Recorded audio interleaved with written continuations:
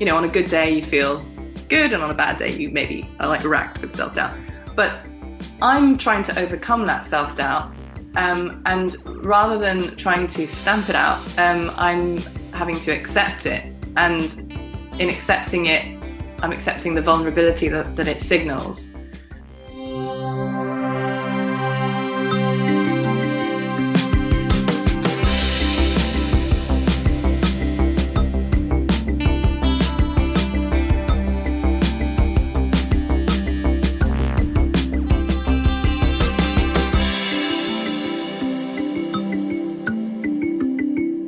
Chiara, I really appreciate you making time to talk with me.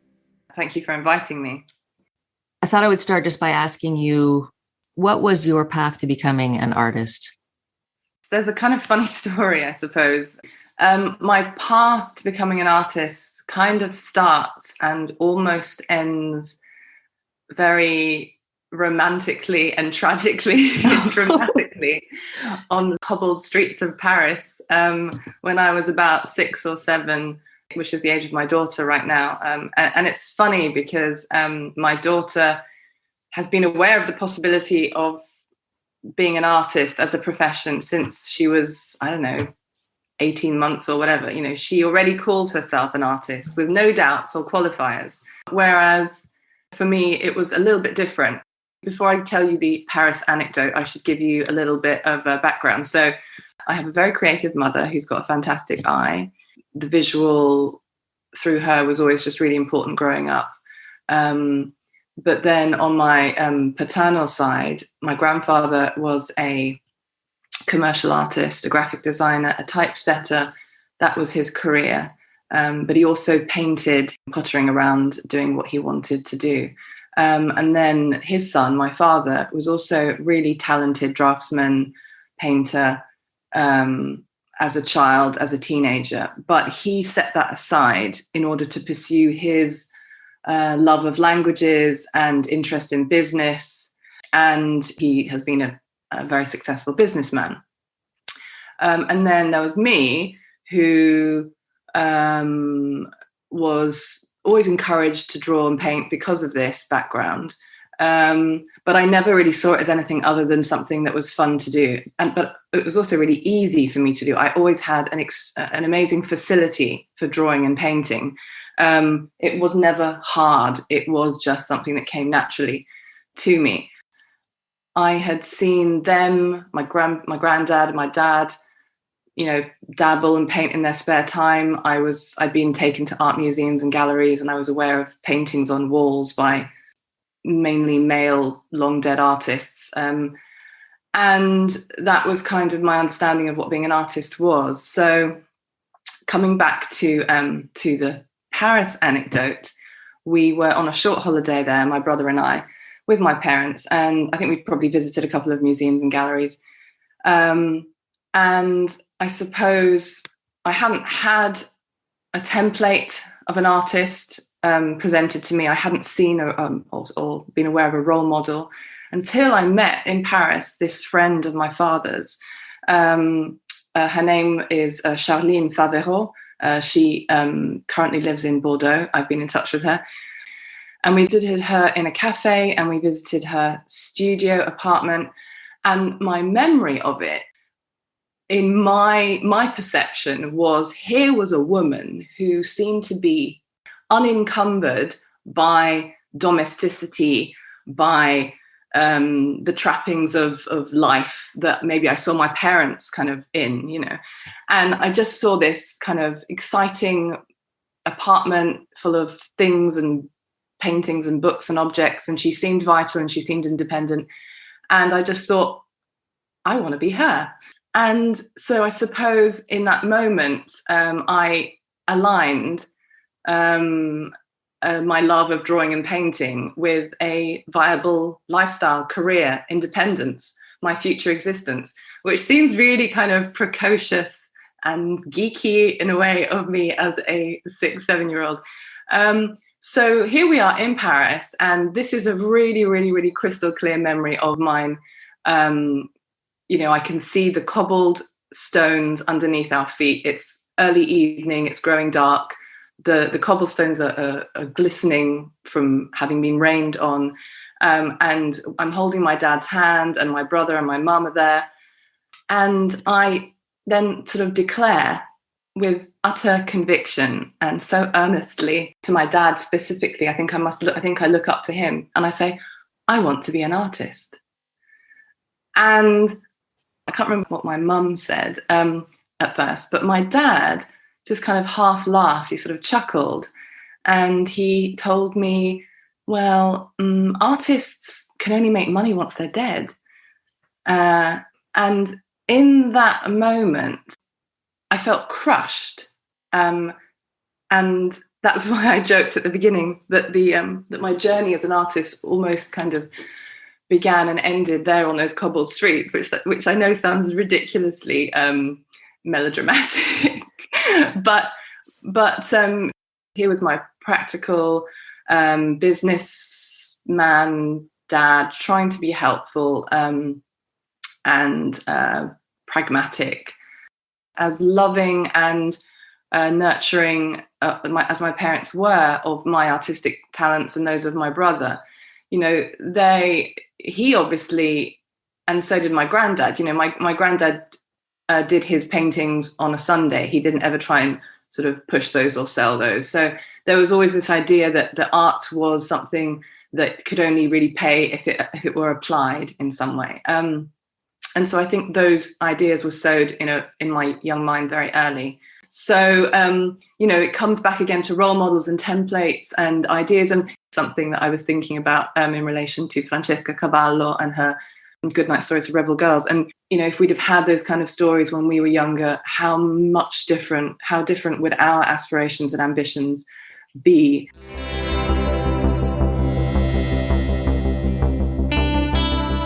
I kept coming back to art. It kept being something that I knew that was where my talents lay, where my passion was, but I kept trying to find ways of, I suppose, making it acceptable as a career. So I looked at all the applied arts routes. I looked at graphic design, textiles.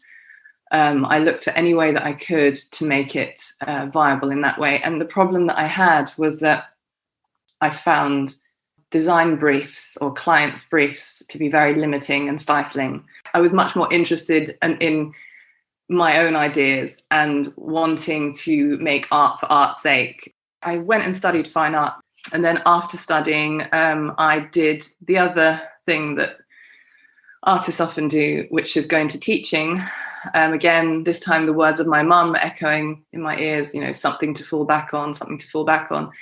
And yet that something to fall back on became an all-consuming career in itself for quite a long time. And I think it derailed me further. So I think what kept happening throughout my childhood and adolescence and then in my 20s was I kept trying to make it work in a way that would be, I suppose at some level, still seeking approval from my parents. And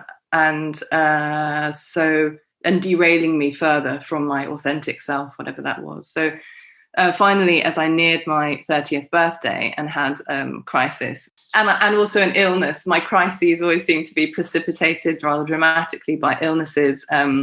Chronic illness is something that's kind of followed me through my life. But I realized that I had to make a big change and take a big risk. And so I actually gave up my very safe salaried job in education and all the stress that came with it. And I slowly planned with a friend who was working there as well, how we would set up an art gallery led by artists.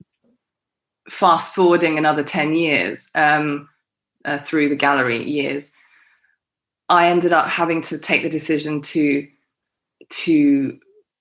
set that aside as well, because I think I've realized that really the gallery and the curating also performed a kind of, I suppose, that as long as I was doing something applied, it was always outside of myself. So I was never really in the spotlight myself. I was never having to make those difficult, I was never making myself vulnerable, I suppose. It was always about other people.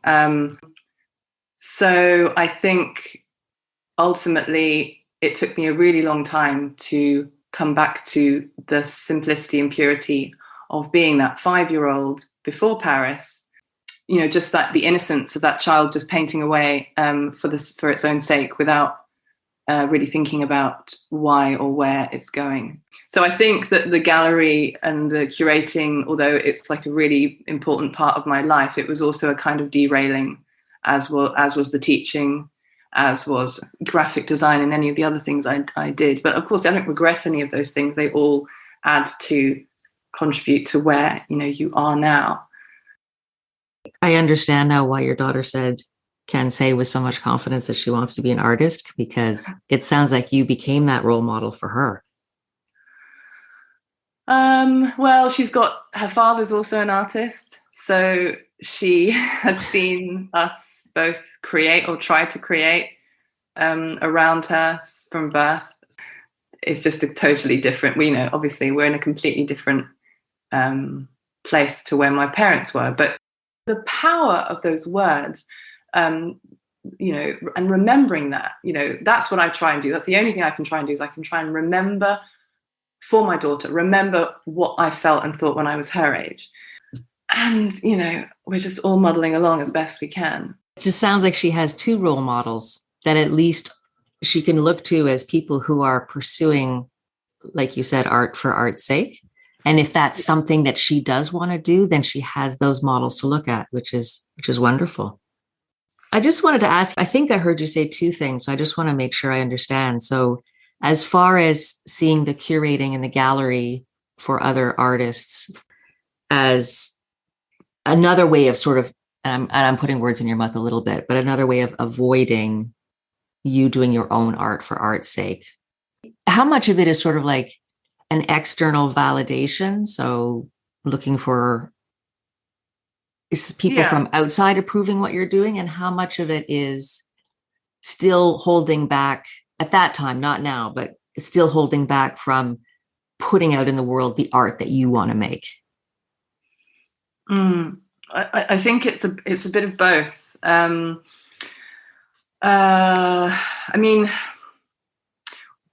We started the gallery for selfish reasons, not just for altruistic reasons. We started, and we were very open about this. Me and Deborah Wilson, we started the gallery together. We said, okay, if we start a space and show artists that we know that are good, but we can also show our own work, it can be a platform for us to promote ourselves. If you aren't showing it anywhere, then, it doesn't matter how much work. Certainly at that age, it felt like, if I'm making good stuff in my studio, no one's seeing it, what's the point? I need to get it out there. So I think was one of the reasons why we did it. But then what I hadn't anticipated, as one never does when one starts a new business, is how all-consuming and involving a business like that is. And as we started to work with more artists and look after, even represent a couple of artists, and as we thought quite thoroughly about the exhibitions we were putting on, about how and why they would hold together, thematically or otherwise. So we would, that's where the curating comes in. And so the curating kind of happened accidentally, I suppose, in that, yes, you have to organize a show and you have to do things, but me and Deborah actually realized that we really enjoyed putting it together, making it work conceptually, but also making it look good. And we enjoyed promoting the other artists. And for me, it's a lot easier to talk about and promote other people and say how great other people are. And so that's distracting from myself. But also, I suppose what we hadn't thought about was how creative the curating process was going to be. And that then, with that creativity, our own practice kind of had to take a back seat. Or rather, what ended up happening was that, on a day-to-day basis, I was focusing so much on the gallery and the practicalities, what needed to happen, and then the press releases, and then getting things out to the press, and that I wasn't really putting in the time for my studio practice, which is what it needs. You need to just put in the time and put in the work and just just be there. And I wasn't. It was, my work was becoming an afterthought, or my work was becoming a, what am I going to put into that show? And it almost became like the equivalent of finding a really pithy example for an essay that you're writing, where you need to prove a point, and you find that example that you need. And that's what I was doing with my work. I was like, if I make this kind of work for this show in this format, it will fit really well into that show. And that's not what that goes. That was me again, almost making work to a brief, right? A brief that, albeit I had created myself, but still that was me just plugging a gap with work, rather than being really present and engaged and critically, pushing my practice. Coming back to your question, you asked how much it was external validation. I definitely know, and I'm definitely aware that I have always been quite success driven, and I don't know whether that's something from my parents or from my upbringing or what, but there was definitely ego involved. I was definitely enjoying some of the feedback we were getting, and as the reputation about shows and everything grew, I enjoyed that aspect of it, and that didn't really serve my art practice or myself. You said something that really just resonated with me, about plugging a gap with work, and it was in the context of when you have a show, you create work that fits into that show, rather than the work you might have created otherwise. I think that's really important. And whatever it tweaked at me, because I was writing this weekend and I was deliberately looking for something. I was looking for a poem that was going to fit what I was writing. But it wasn't a poem I came across authentically. It wasn't a poem that I was, it wasn't something that I just read and I was like, oh, that's really quite lovely, and that would fit here. I was deliberately, and it felt so wrong. And then what you said just now explained it perfectly. I was doing, it wasn't something that emerged organically. It was artificial. Authentic. It wasn't authentic. No, and so it doesn't work. No, and that's the thing, right? So all of the work that I made in that way, it wasn't any good. None of that work was any good. It was only good in the context of maybe making the show good, but it is the same as trying to find a poem or a quotation or an example for an essay to make your point. And it just doesn't feel right. So when you do the work that's the work that you want to do, what are some of the themes, or what are some of the things that you are trying to express through that work? So lately, I found myself really kind of stuck in the push-pull of life, and my focus has narrowed a lot. But maybe it has enabled me. I can say this now that I'm starting to feel a bit better, because I didn't see any, I didn't have any kind of hope or vision when I was feeling really, really, really unwell. But now I can see that actually this is hope, I think, making me, helping me become more authentic with my work and less try hard, less plugging. I think that that maybe what I'm doing now is becoming a little bit more authentic and personal. And so I've been thinking lately, with the things I've been making, literally over the last few months, I've been thinking about still life and about objects. I've been making these rather small paintings, just observational paintings, with just objects around me, objects in my studio.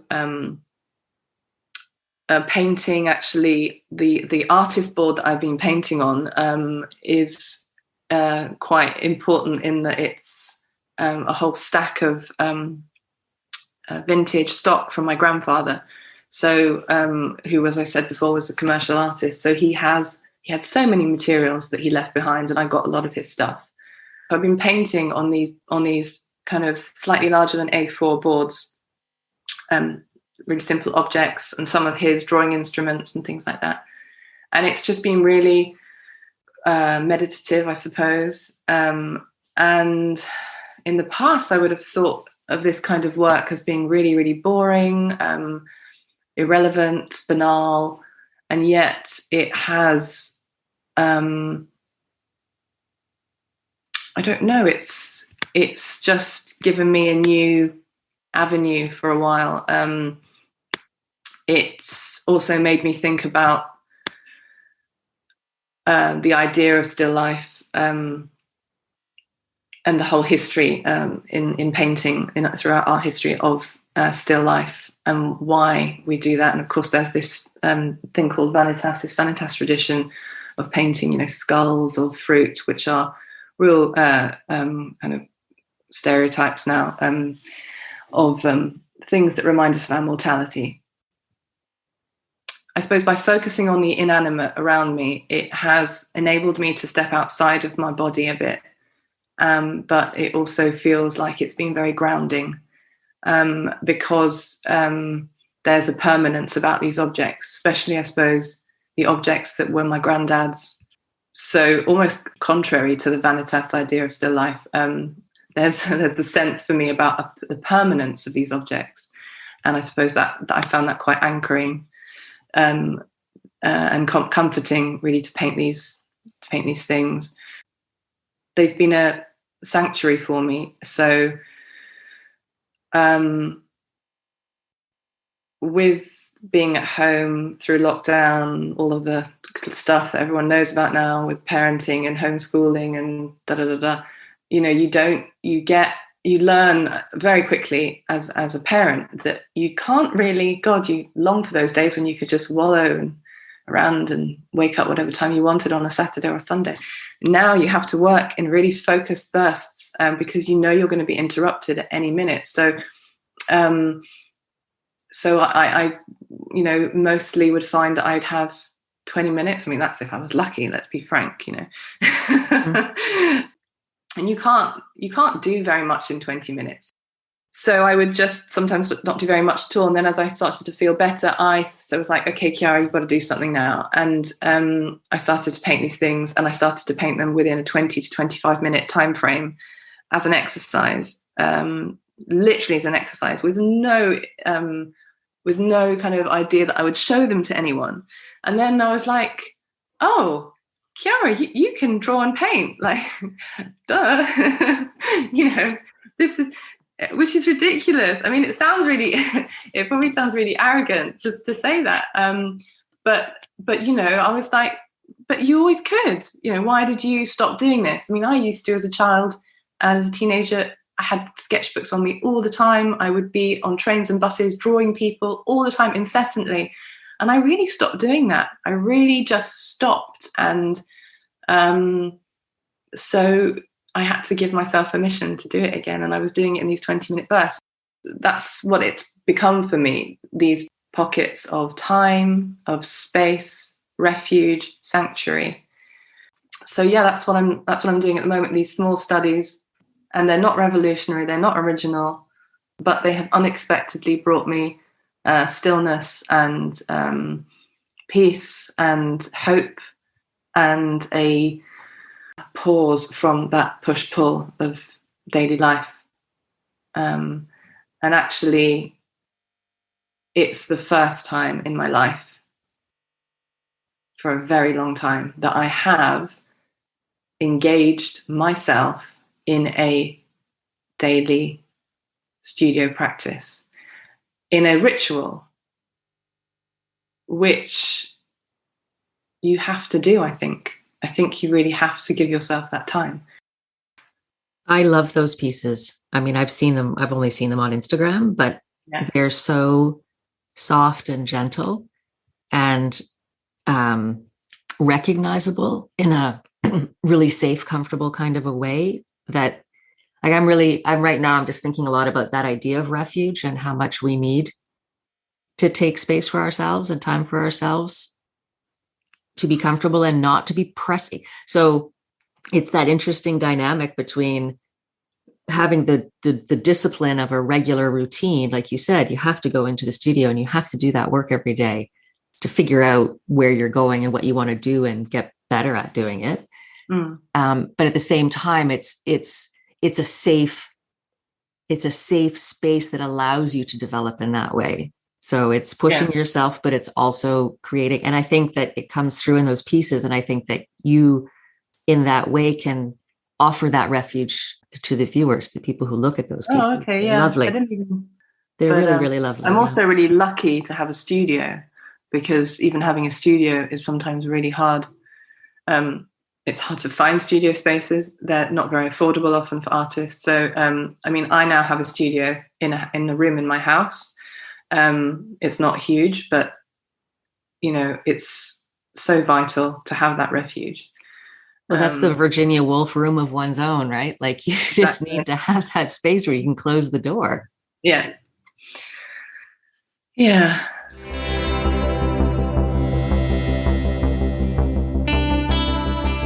I wanted to ask you about what vulnerability means to you. So I suppose authenticity. I mean, one of the things that I've been thinking about a lot recently, and it ties into what we've just been talking about, is self-doubt and how easy it is to slide into, but also how it's a really natural thing, especially for artists and writers. We're notoriously crippled by self-doubt, but realistically, we also have to realize how influenced that self-doubt is as much by circumstances, like how tired we are, or how ill we are, or our hormones, or aging. All of those kinds of things just feed self-doubt even more. So I've long been aware of vulnerability, or the ability to show one's vulnerability and authenticity as a strength. And for me, it's a strength because it's how we ultimately connect with the humanity of others and how they connect with us. So no one warms to the arrogance or superiority of another person, because we know that that is a facade hiding their weakness, I suppose. But when we show our vulnerability, our doubts, our fallibility, we show our humanity. So I think, yes, it's about authenticity. It's about not pretending. And over the years, I found that for all my strengths and faults, I'm not very good at pretending anyway. I'm far too authentic, honest, at times tactless, thoughtless, brash. It's funny how being authentic and unfiltered can also lead you to be very misunderstood and not liked. How to actually be palatable and likable to people en masse. Authenticity doesn't really pay dividends, but luckily I'd rather be authentic than liked, and I'm not famous, so it doesn't really matter. And the older I get, the less I care about being liked, and that is one of the wonderful things about getting older, really caring less about those things. And, you know, I mean, I don't deliberately ever want to offend anyone, but I won't censor myself. And I'm not afraid of being hurt, which brings us back to vulnerability. It may get me into trouble sometimes, but I suppose my authenticity is my vulnerability, and is my strength, maybe. I'm not sure. There's the self-doubt again. Well, it's great talking to you. Thank you very much. You too. Take care. Take care. Bye-bye. Bye.